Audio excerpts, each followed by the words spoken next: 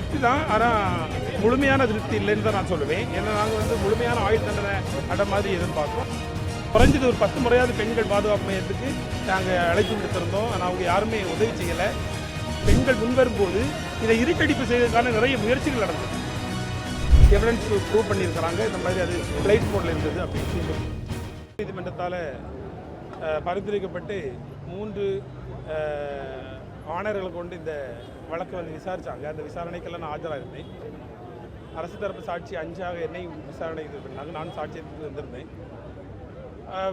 மிக சரியான முறையில் எந்த விதமான லூப் ஹோல் விடாமல் எல்லா விதமான ஆங்கிள்லையும் வந்து இதை விசாரித்தாங்க. அப்படிங்கிறதுல எனக்கு ஒரு சந்தோஷம். இது மாதிரி பெண்கள் வந்து வெளியே வரும்போது இந்த ஞானசேகரனுக்கு கொடுக்கப்பட்ட தண்டனை அதை பற்றி இன்றைக்கி விவரமாக அரசு தரப்பு வழக்கறிஞர் சொன்னாங்க, சிறப்பு அரசு தரப்பு வழக்கறிஞர்.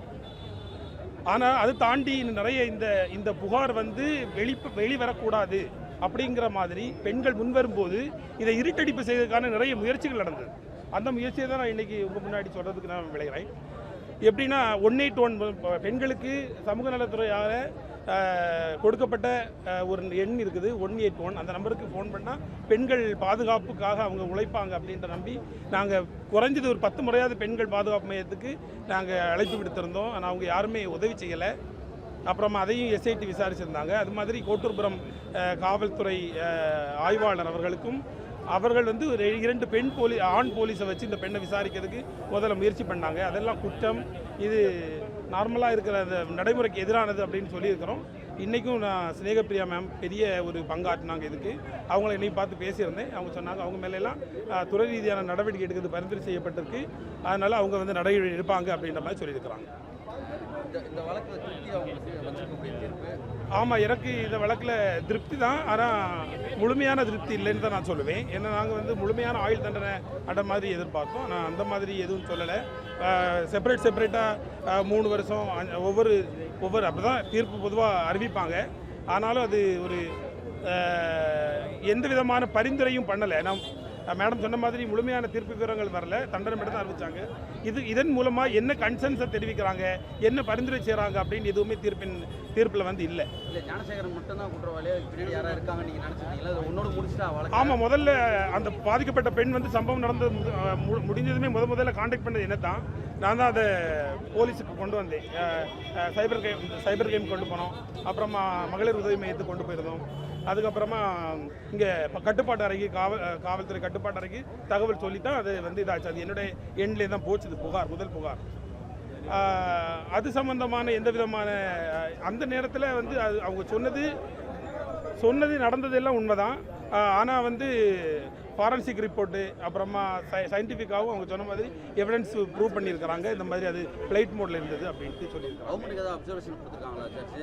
இல்லை இந்த துறை ரீதியான நடவடிக்கைன்றது யார் மேலே ஜட்ஜு சொன்னாங்களா இல்லை கவர்மெண்ட் சைடில் சொன்னாங்க? இல்லை, நாங்கள் கேட்டிருந்தோம். இந்த ஞானசேகரன் வழக்கு போக நாங்கள் வந்து இந்த வழக்கை வந்து மீடியா வெளிச்சத்துக்கு கொண்டு வரதுக்கு மீடியாவுக்கு நான் ரொம்ப பாராட்டுறேன். ஏன்னா பாலிமர் நியூஸ் நியூஸ் பர்டிகுலர் சொல்ல விரும்பல. ஆனால் எல்லா நியூஸ்காரங்களும் எங்கள் ஏரியாவில் இருக்கிறவங்களெல்லாம் கான்டாக்ட் பண்ணியிருந்தேன். எல்லாருமே இதுக்கு முக்கியமான பங்காற்றி எல்லாருக்குமே வெளியே கொண்டு வந்தது உங்களுடைய ஒத்துழைப்பில் வெளியே வந்ததுனால தான் இது வந்து மீடியா வெளிச்சத்துக்கு வந்ததுனால தான் இது வந்து முக்கியத்துவம் பெற்றது. அது மாதிரி அண்ணா யூனிவர்சிட்டியுடைய அங்கே நிர்வாகத்தில் இருக்கிற எல்லாரையும் நான் அப்ரிஷியேட் பண்ணுறேன். அந்த பிள்ளைக்கும் பாதுகாப்பு கொடுத்தாங்க. நாங்கள் பார்க்க போகும்போது பாதுகாப்பு கொடுத்தாங்க. இந்த நேரத்தில் முக்கியமாக சொல்ல வேண்டியது தேசிய மகளிர் ஆணையம், அவங்கள்ட்டையும் நாங்கள் இந்த கன்சென்ஸ்லாம் கொடுத்துருந்தோம். இந்த மாதிரி பெண்ணுக்கு பாதிக்கப்படும் போது இதெல்லாம் கான்டாக்ட் பண்ணுங்கள், இவங்க எல்லாம் உதவி செய்வாங்கன்னு சொல்லியிருக்கிறீங்க. ஆனால் யாருமே உதவிக்கு வரல அப்படின்னு சொல்லும்போது அவங்க எல்லாருமே நடவடிக்கை எடுத்ததாக சொல்லியிருந்தாங்க. நான் சாட்சியம் அளிக்கும் போதும் நான் அந்த ஞானசேகரனுடைய மேட்டர் தவிர இது எல்லாமே தெளிவாக சொல்லியிருந்தேன் என்னுடைய ஆவணத்தில் சாட்சியத்தில். ஆனால் அதை பற்றியான எந்த கன்சென்ஸும் கொடுக்கல. இது தீர்ப்பு வாசிக்கும் போது தெரியும். அரசுக்கு என்ன கோரிக்கை வைக்கிறேன் அப்படின்னா, பெண்கள் பாதுகாப்பு அமைப்புன்னு சொல்லிட்டு நீங்கள் தொடங்கி இருக்கிறீங்க, அது வரவேற்கத்தக்கது. ஆனால் அது செயல்படுதா அது அப்படிங்கிறது கேள்விக்குறியாக தான் இருக்குது. சமூக பாதுகாப்புத்துறை, சமூக நலத்துறை இருக்குது. அதுக்கு தான் 181 நடக்குது. அந்த அதிகாரி மேலே நடவடிக்கை எடுப்பதாக சொல்லியிருக்காங்க. ஆனால் இதெல்லாம் ஒழுங்காக இயங்குதா அப்படிங்கிறத பார்க்கணும். அப்புறமா சைபர் கிரைம் இருக்குது, அது மத்திய அரசின் கட்டுப்பாட்டில் இருக்கான்னு சொல்லியிருக்கிறாங்க. அதுவும் வந்து அந்த 1930 அப்படிங்கிற நம்பர் கூட அன்னைக்கு இயங்கலை. 3 நாளாக தொடர்ந்து அங்கே கால் பண்ணும்போது அவங்க எந்த ரெஸ்பான்ஸும் பண்ணலை. அதனால் ஐடி ஆக்டை நாங்கள் முறையாக அவங்கள்ட்ட பதிவு பண்ண முடியலை. இதுபோன்ற செய்திகளை மேலும் தெரிந்து கொள்ள எங்களது யூடியூப், ஃபேஸ்புக் மற்றும் ட்விட்டர் ஆப்களை சப்ஸ்கிரைப் செய்யவும்.